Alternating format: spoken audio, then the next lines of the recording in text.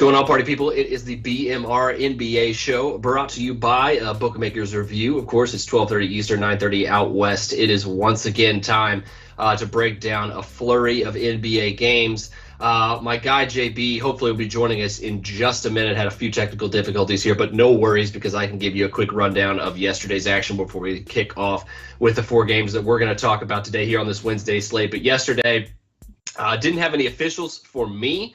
But story of missing out a little bit because I wish I did have some officials yesterday because a lot of our leans here on the show ended up cashing. And one we didn't have any money on but probably should have jumped on was the Oklahoma City Thunder. After the news that Bradley Beal entered health and safety protocols yesterday, that line shot down. Thunder ended up pretty easily covering whatever, no matter the line, what you got. Wasn't the case for the Suns. You had to have jumped on them pretty early to get the money with them yesterday as only a 4-point winner on the road against Toronto. If you got that closing line, you ended up either pushing potentially if you got the 4 or losing if you had 4.5 or 5. That was a little unfortunate as well. An underdog that had some value as well, New Orleans. We didn't talk about that game yesterday, but ended up winning outright and covering in that one. And those Memphis Grizzlies, man, you cannot discount what they're doing right now. It's incredibly impressive to see this young team just a few years removed from the lottery do what they're doing here with this win streak and knocking off Golden State yesterday.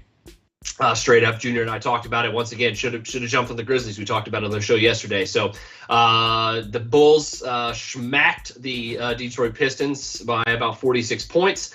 Talk about them here in just a moment. And then yesterday, Junior and I talked about this one here, and it's one that I'm kind of even mad that I didn't jump on too because it ended up being Junior's a loss for Junior here. But Denver absolutely collapsed, outscored by 13 in the fourth quarter, just completely wasted that game away, which should have been an easy win for them. So I know Junior's probably a little salty about that one, but the Clippers ended up getting the win, and they ended up getting the cover as well. Let's load up today's slate here because it's time to talk about it. We got to get to a massive Wednesday card, and we have several games here to talk about ourselves. And if Junior can't join us, I'll end up jumping on a few more as well here that we can just touch on real quickly.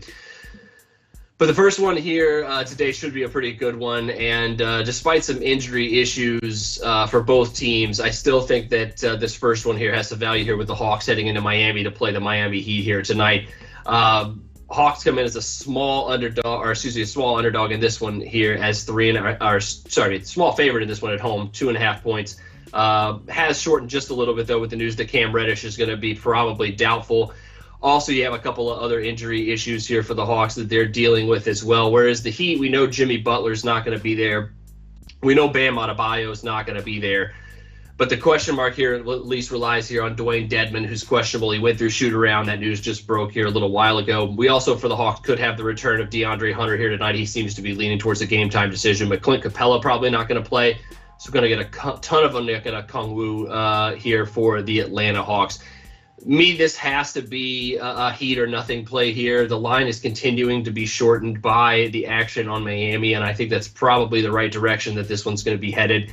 Atlanta's defense so far here lately has just been completely atrocious, and you're telling me that they're going to be down pieces against a Miami Heat team that has proven time and again that it's next man up, and it doesn't really matter who's going to be playing for them on a night-to-night basis, whether, even with Jimmy Butler and Bam Adebayo still out, this is still a very, very dangerous team, especially if they can get Dedmon back there to clog up the paint a little bit and give the rookie some problems down there. When Atlanta is reduced to a jump shooting team, obviously at home that helps them a little bit here, but when they're reduced to a jump shooting team and can't run a ton of their normal action towards the rim, that's going to hurt them against a defense like Miami. I think Miami's going to give them a lot of trouble in that regard as well. The other part of this game that I think is interesting is the total here. 223 is a ton of points, but without Bam Adebayo, without Clint Capella, this could be a small ball style of game, and I think that's probably why you're seeing this total north of 220 points, where I think usually it would be less than that if fully healthy here. But Atlanta has proven time and again that their defense, you cannot trust it home or away this season. Atlanta has taken one of the biggest downturns defensively, I think, that we've seen because the Knicks have started to improve on their defense. The Nuggets have started to improve their defensive woes. Atlanta's the only team that was very good defensively last year that has yet to kind of prove that they can replicate that, and it's shown with a defensive rating of 113 points per 100 possessions given up.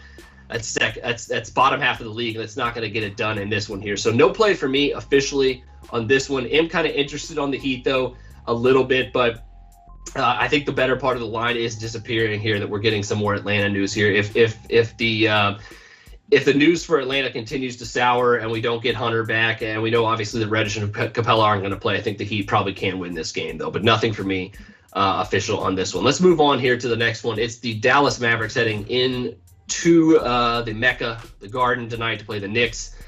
Right now, I can't really get involved, I think, in the spread of this game for a couple of reasons.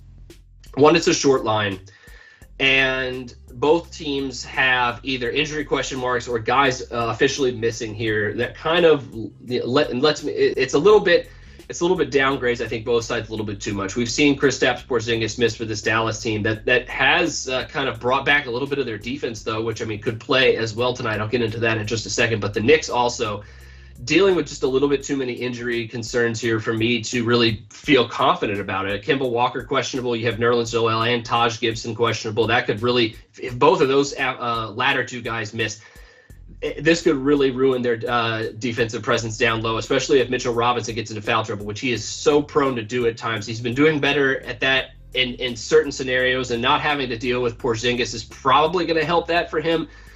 But we still see him being foul prone on occasion. It's kind of the one thing that's holding him back from reaching his true potential. But in games where he is out there, he's going to be a huge presence for the Knicks, especially if Taj and Nerlens can't play. That's going to definitely lead to the big guy, Mitch Robinson, out of Western Kentucky, playing a lot more minutes here. So for me, I think that's going to tie into the total here, which is very interesting. It's the lowest total of the day. It's 206 points at where it opened, and now it's down to 204.5.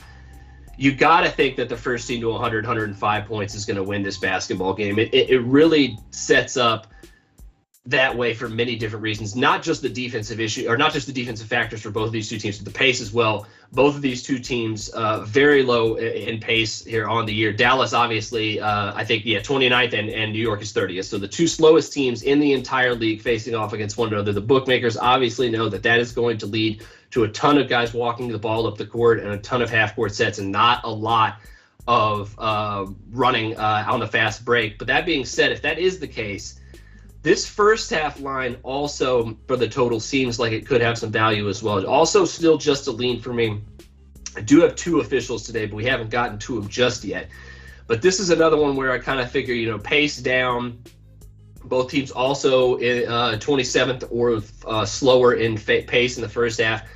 And Dallas this year so far, the first half is where they've really been good defensively. If they can get you off your game offensively in the first half of the basketball game, they tend to do well in the second half. I don't have their numbers of wins when leading by halftime, but I can imagine it's well above 500 for this team, because that's exactly how they're built. And despite their issues from when Luka was injured and they were dealing with health and safety protocols a lot of guys being out, they've weathered that storm and are so far a top 5 team first half defensively this year.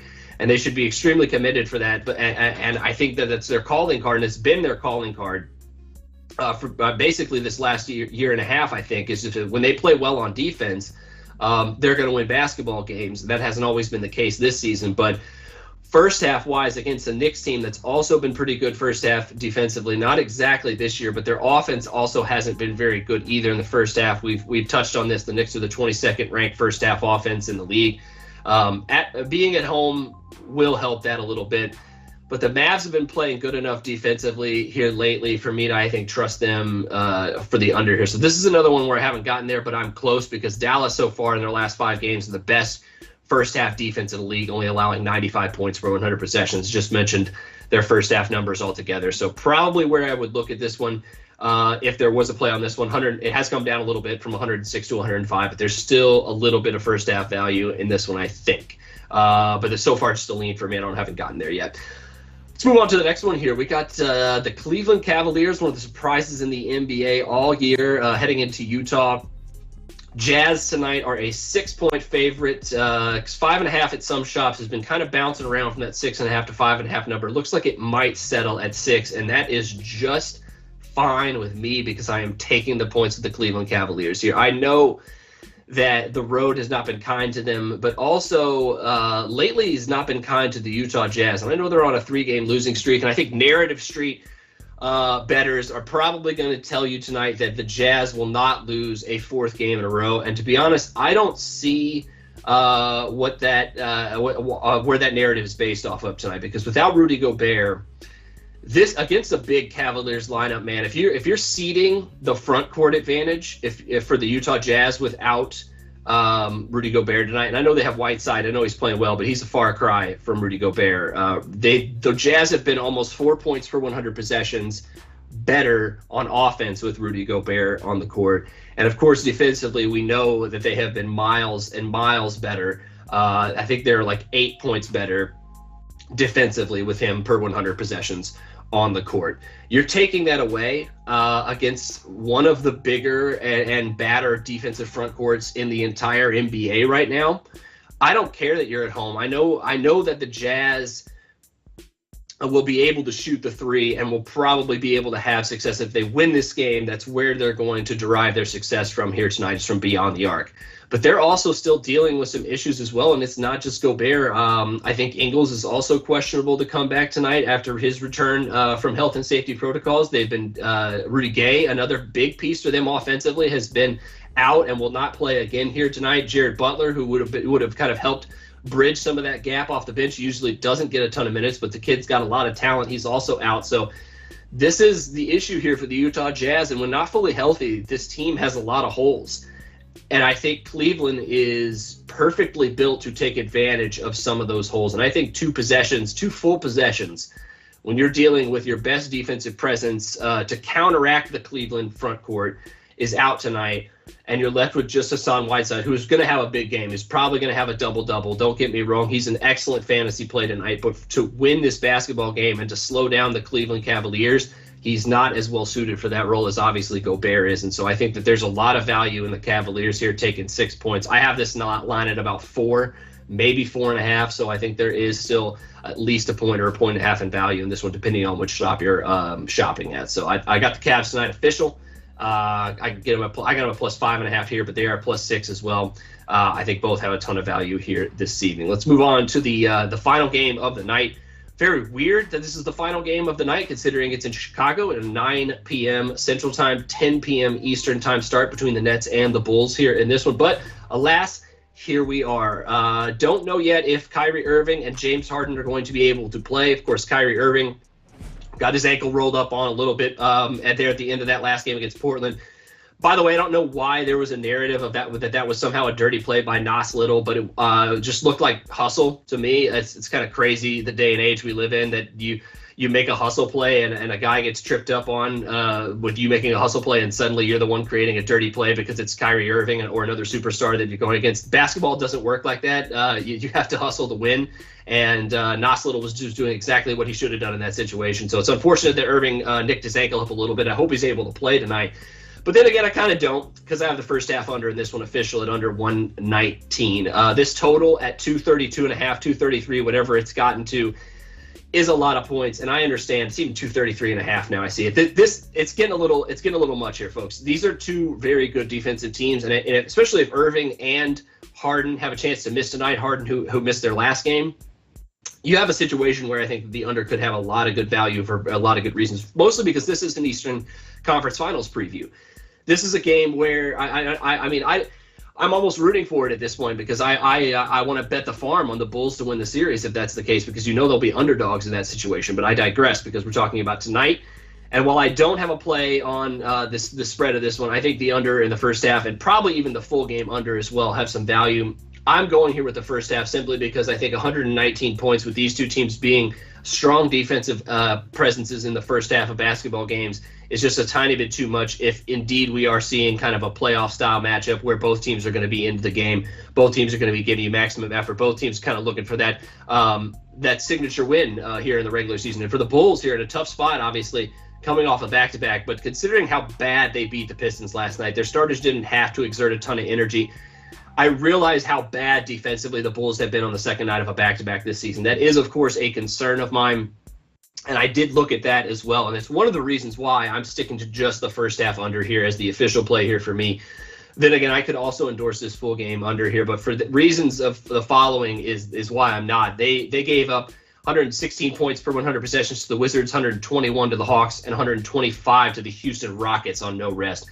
Now, granted, you think about those three teams, not necessarily the cream of the crop competition-wise here for the Chicago Bulls, probably on the second night of a back-to-back, and those last three here dating back to right before Christmas, they were probably just looking at that as saying, hey, we don't necessarily need to exert full effort. We can kind of let our offense speak for itself and win these basketball games. That's exactly what they did in all three of them, granted barely in that last one against the Wizards.